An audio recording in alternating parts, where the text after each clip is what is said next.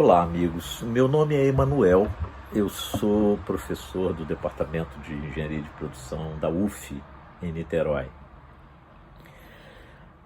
Na última live que eu fiz ontem, dia 22 de abril, eu propus uma série de perguntas que foram elaboradas pelo Bruno Latour, num artigo recente dele, para a gente compreender e se situar dentro da crise, da pandemia, dessa situação que estamos vivendo. Na verdade, eu fiz essa proposta para o grupo de pesquisa que eu faço parte, que se chama GECOP, Grupo de Pesquisas em Conhecimento, Pessoas e Inovação. Nós vamos fazer uma reunião no próximo sábado e, para subsidiar essa reunião, nós propusemos que todos os componentes do grupo respondessem a essas perguntas. As perguntas do Latour têm um caráter bastante geral, mas elas foram adaptadas por um membro do grupo, que é o João, de uma forma mais indutiva, pensando a partir da nossa realidade próxima e para depois alcançarmos maiores generalizações. Mas eu tomei as perguntas do Latour tal qual ele colocou lá e vou procurar responder essas perguntas também como inspiração, um exercício de autodescrição do que nós estamos vendo, o que está acontecendo, para entender o mundo e para entender a gente também. A primeira das perguntas que o Latour propunha era a seguinte: quais são as atividades que atualmente foram suspensas e que você desejaria que não fossem retomadas? O que podia ficar mesmo parado? Eu respondi isso da seguinte maneira, quer dizer, de uma maneira geral, com variações locais de um lugar para outro, as atividades suspensas foram aquelas que, em princípio, nós poderíamos dizer que se enquadram na categoria de essenciais. As essenciais foram mantidas, as não essenciais, em princípio, com as variações, foram mantidas. É verdade que essa classificação não pode ser feita de uma maneira simplista, pois o encadeamento logístico no mundo atual é bastante complexo, não é tão simples assim, isso está fora, isso está dentro. Você tem cadeias que são complexas e para se atingir determinados objetivos você passa por cadeias inimagináveis. Mas essa parada forçada que o Covid nos obrigou, ela mostrou que há sim atividades que são essenciais e atividades que são menos essenciais, pelo menos isso. Mesmo correndo o risco de estar simplificando um pouco, o que a gente sempre corre quando está tentando pensar sobre o futuro, eu diria que são essenciais todas as atividades que estão diretamente ligadas à produção e à sustentação da vida diretamente, tais como a alimentação e o seu transporte, a saúde e a sua infraestrutura, a higiene, os medicamentos e uma boa quantidade de serviços que se movem por trás dessas atividades essenciais de manutenção e de proteção da vida. Não essenciais são aquelas atividades que atendem, talvez, de uma forma mais direta, aos desejos e à vontade de poder, parte dos quais são impulsionadas pelas mais diversificadas estratégias de marketing, com todo respeito ao marketing, evidentemente. Assim, por exemplo, embora eu não tenha certeza se foi suspensa ou não, seria muito bom, muito bacana se, primeiro, parasse definitivamente toda a fabricação de armas do mundo. Eu gostaria também que, segundo, fosse suspenso para sempre todo o negócio que envolve a exploração dos corpos humanos, desde a pornografia, comércio de órgãos, pedofilia e outros tipos que a gente sequer imagina que existe, mas também, e esses são ilegais, mas também alguns que são legais, o chauvinismo, a mercantilização da beleza, a escravização de trabalhadores, são atividades que manipulam corpos humanos. Eu gostaria também, terceiro, que fosse suspensa ou radicalmente reduzida a produção de automóveis. Alguém pode levar um susto. E toda forma de transporte individual que aumenta a agressão ao nosso já tão combalido planeta. Muitas outras atividades ainda eu acho que poderiam ficar para sempre suspensas, ou então serem profundamente contidas, reduzidas, etc. Mas vou ficar com essas três. A seguir, a pergunta seguinte que o Latour propõe, ele pede que a gente descreva, primeiro, as razões pelas quais considera essas atividades prejudiciais, supérfluas, perigosas ou incoerentes. Eu respondi para a primeira, que é a questão da fabricação de armas. Eu respondi: a fabricação de armas se enquadra em todas as alternativas elencadas pela questão. Ela é prejudicial à paz entre os seres humanos. Ela é supérflua se considerarmos, inclusive, que os estoques bélicos já existentes no mundo são suficientes para destruir várias vezes a humanidade inteira. Ela é perigosa porque se alimenta e alimenta a inimizade entre as pessoas e os povos, produzindo a morte como forma de resolução de conflito. E ela é absolutamente incoerente quando tenta se auto-justificar, alegando que o faz em nome da defesa e da manutenção da paz e da ordem. Portanto, fabricação de armas, não. A segunda atividade que eu tinha falado era a exploração dos corpos humanos, e eu escrevi que os negócios que envolvem a exploração dos corpos humanos, desde a pornografia, comércio de órgãos, pedofilia, mas também chauvinismo, mercantilização da beleza, da estética, escravização de trabalhadores e outros tipos que sequer supomos que existam, além de legais, uma parte deles, né, como pornografia, o contrabando de órgãos, etc., eles ferem diretamente aquilo que alguns pesquisadores e algumas pessoas, alguns teólogos chamam de a sacralidade da vida, tornando mercadoria aquilo que não tem preço. A vida não tem preço, ela não pode ser tornada em mercadoria. Em geral, eles fazem por meio da violência, produzem vítimas, principalmente entre os mais vulneráveis da sociedade.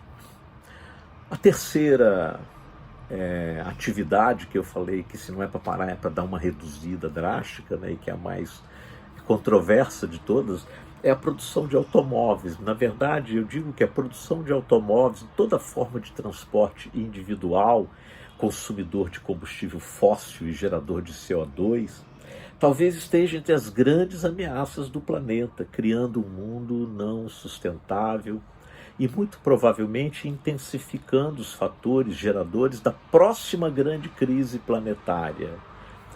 A sua paralisação ou redução em níveis radicais poderia oferecer grande alívio ao planeta exaurido, levando à adoção de novas práticas, não apenas com a valorização do transporte público, mas também com práticas mais saudáveis, que já vêm sendo adotadas em vários lugares do mundo, a bicicleta ou a combinação de diferentes modais de locomoção, etc.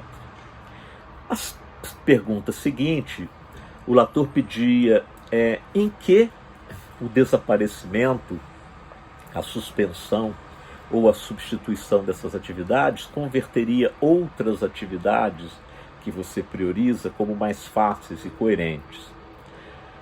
Eu novamente voltei a falar das três atividades. Com relação à fabricação de armas, a sua suspensão definitiva, por mais que isso possa parecer utópico, produziria uma elevação no nível geral de distensionamento entre as nações, com reflexo entre as pessoas, evidentemente.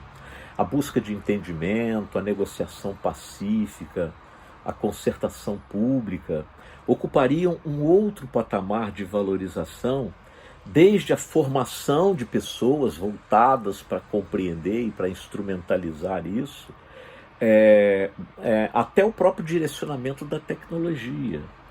O volume de recursos que a paralisação da produção de armas poderia disponibilizar para a produção de tecnologias da paz, de novos dispositivos para melhorar o monitoramento de potenciais tragédias, até a produção de novos artefatos que facilitassem a produção e a distribuição de alimentos, o atendimento às vulnerabilidades sociais, entre outras, seria incalculável a quantidade de recursos que ficariam disponibilizados para essas outras coisas. Com relação à exploração dos corpos, eu dizia que a paralisação desses negócios, que envolve a exploração dos corpos humanos, da pornografia até a pedofilia, como também a escravização de trabalhadores, etc., contribuía para uma espécie de reencantamento das relações humanas, para o enriquecimento da subjetividade, para a superação da reificação absoluta que transforma corpos em mercadorias. Isso me faz lembrar de um livro do Michael Sandel, que é um professor da Faculdade de Direito de Harvard, intitulado O que o dinheiro não compra, os limites morais do mercado, onde ele mostra a que ponto chegou uma sociedade onde tudo está à venda. Sei que também aqui estou sendo deliberadamente utópico e afirmo que nunca fomos tão desafiados a sermos mesmos arrojadamente utópicos. Com relação à redução drástica da produção de automóveis e toda forma de transporte individual, o resultado imediato seria a redução do nível de poluição global, o fim dos engarrafamentos, que além de serem componentes essenciais para a poluição, tornam a vida urbana um crescente caos, um estresse, com sofrimento e com um custo humano e econômico incalculável. A consequência dessa suspensão poderia ser a adoção de práticas mais saudáveis de locomoção e o repensar profundo sobre a cidade e seus moradores. A cidade não precisa ser isso que experimentamos hoje. A terceira pergunta que o Latour propõe é: que medidas você defenderia para que os operários, os empregados, os agentes, os empreendedores que não pudessem continuar a sua atividade vissem facilitada a transição para outras atividades? E imaginemos onde poderia trabalhar quem hoje trabalha na fabricação de armas, por exemplo, ou então na exploração legal ou ilegal dos corpos humanos, ou na fabricação de automóveis e outros bens que contribuem para o aumento da poluição do planeta. Eu acho que responder a isso é mais fácil do que responder à questão que estava posta até bem pouco tempo para a gente, sobre onde trabalhariam os desalojados pela chamada indústria 4.0. Sim, porque esses desalojados da indústria 4.0 eram desalojados por conta de suas competências ou habilidades que eram superadas, entre aspas, pelos automatismos e cognitivismos das tecnologias economizadoras de gente e acumuladoras de capital. Já os deslocados com a emergência de um mundo sem exclusões, com novas atividades, com menos ou sem injustiça, pelo menos em sua grande maioria, não são deslocados por conta das suas competências e habilidades, que podem facilmente ser utilizadas em outros setores, digamos, mais sensíveis e humanistas. Imagino que, por exemplo, que um engenheiro que trabalha em fabricação de armas ou de automóveis pode com facilidade trabalhar na produção dos hoje tão necessários respiradores ou de tecnologias mais modernas ainda, menos invasivas, para resolver os mesmos problemas que hoje atravessamos. Alguém que trabalha em publicidade, propaganda ou ciência dos dados, muitas vezes invadindo privacidade ou explorando a dimensão escandalosa da vida social ou da intimidade das pessoas, pode trabalhar em programas de estímulo ao voluntariado, à organização da economia solidária, aos esforços de diálogo entre as universidades e a sociedade de uma maneira geral. Enfim, não creio que o mundo reconfigurado e regenerado não ofereça oportunidade de trabalho para todo mundo. Não vejo isso como um problema, como uma dificuldade. A quarta pergunta que o Latour nos propõe diz o seguinte: quais são as atividades que atualmente estão suspensas que você desejaria que fossem desenvolvidas, retomadas ou inventadas, né, em substituição a algumas que não deveriam voltar? Eu começaria com as atividades artísticas em geral, retomar o teatro, o cinema, os shows, as exposições, tudo aquilo que está na base da construção de uma civilização generosa, inclusiva, alegre e crítica. Depois eu iria, é claro, para as escolas em todos os níveis, as quais, muito mais do que transmissoras automáticas de um conhecimento empacotado, são formadoras de pessoas, de cidadãos, formadoras de amigos. São lugares por excelência da socialização do indivíduo. Por fim, eu retomaria em outros patamares a valorização dos serviços de uma maneira geral, desde aquele faz-tudo que vai na minha casa resolver um vazamento da pia, da cozinha, ou instalar um ventilador de teto, até o entregador de pizza, que embora não tenha parado a sua atividade na pandemia, muito pelo contrário, ele viu a sua atividade se tornar ponto nevrálgico de uma nova exploração do trabalho. Eu gostaria de ver a tecnologia dos aplicativos não a serviço da concentração de poder nas mãos de um centralizador, como os Uberes ou os Raps da vida, mas como uma facilitadora da conexão entre todas as pessoas. E aí o Latour pede que a gente descreva o seguinte: por que você considera essas atividades positivas? Bom, eu acho que é quase intuitiva a importância das atividades que eu relatei anteriormente, particularmente em um mundo que gostaríamos que fosse melhor do que o mundo atual.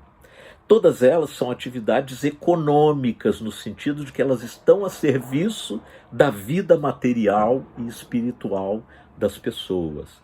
Não econômica no sentido de mercado, que foi, a meu ver, o grande equívoco e o grande mal que o neoliberalismo produziu e nos conduziu, nos botou nesse barco, de colocar o mercado como a única forma de sustentar materialmente a vida, transformando de uma forma idolátrica o mercado num Deus, com letra minúscula, evidentemente, um Deus onde nós sacrificamos os nossos valores e as nossas vidas.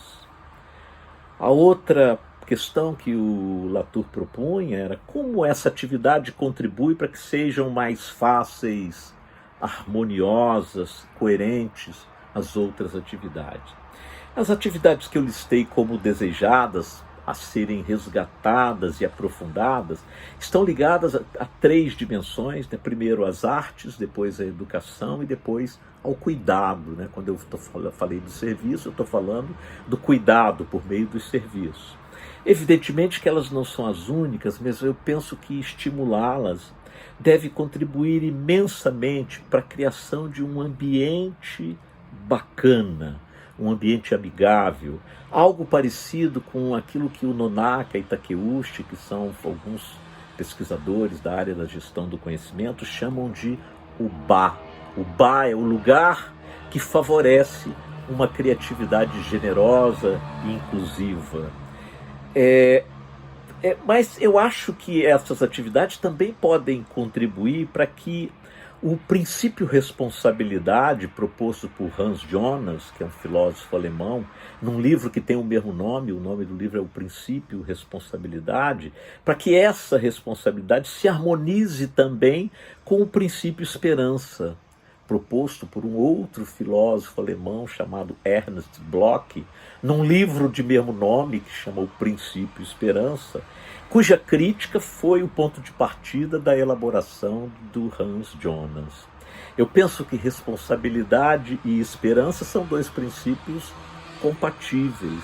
Para isso, é preciso estarmos imersos em atividades como essas que eu citei anteriormente, ligadas às artes, à educação e ao cuidado. Depois o Latour pergunta de que forma essas atividades permitem combater aquelas que você avalia como desfavoráveis. Bom, eu acho que isso ficou um pouco claro até aqui, né? Atividades como artes, educação e cuidado ajudam a criar um novo ser humano, com responsabilidade, com esperança, e dessa forma constituem partes importantes de um mundo onde fabricação de armas, exploração de corpos e produção de automóveis ou os artefatos que poluem o nosso planeta sejam olhados com desconfiança e cada vez mais contidos. A última pergunta que o Latour propõe é: que medidas você defenderia para ajudar os operários, os empregados, os agentes, os empreendedores a adquirir as capacidades, os meios, a renda, os instrumentos que permitam retomar ou desenvolver ou criar essas atividades, né? O mundo parece estar mudando radicalmente, mas os bons insights da humanidade não necessariamente precisam passar. Há mais de 2000 anos atrás, alguém disse coisas como: amai ao próximo como a si mesmo, ou então, bem-aventurados os mansos, porque eles herdarão a terra, ou ainda, bem-aventurados os que têm fome e sede de justiça, porque eles serão fartos. Essas coisas não passam, essas coisas permanecem. E para realizá-las, existem políticas públicas desenvolvidas pelos melhores e mais generosos esforços da humanidade. Coisas como educação pública gratuita e de qualidade para todo mundo, saúde para todos, saneamento para todos. O que a pandemia parece estar nos ensinando é que todos inclui todo mundo, não é apenas alguns. Um mundo sem castelos, a não ser aqueles que nós fazemos na areia da praia para brincar com as nossas crianças. Alguns podem dizer: pô, é um sonhador. Eu vou responder com um hino da minha geração, cantando nessa desafinação minha, mas inspirado para dizer: You may say I'm a dreamer, but I'm not the only one. I hope someday you join us, and the world will be as one. Então, esse foi o John Lennon com Imagine, que reproduz esse sonho que de tanto falar e de tanto fazer e de tanto insistir, nós havemos de realizar. Um beijo para todo mundo e até sábado na nossa reunião. Abraços.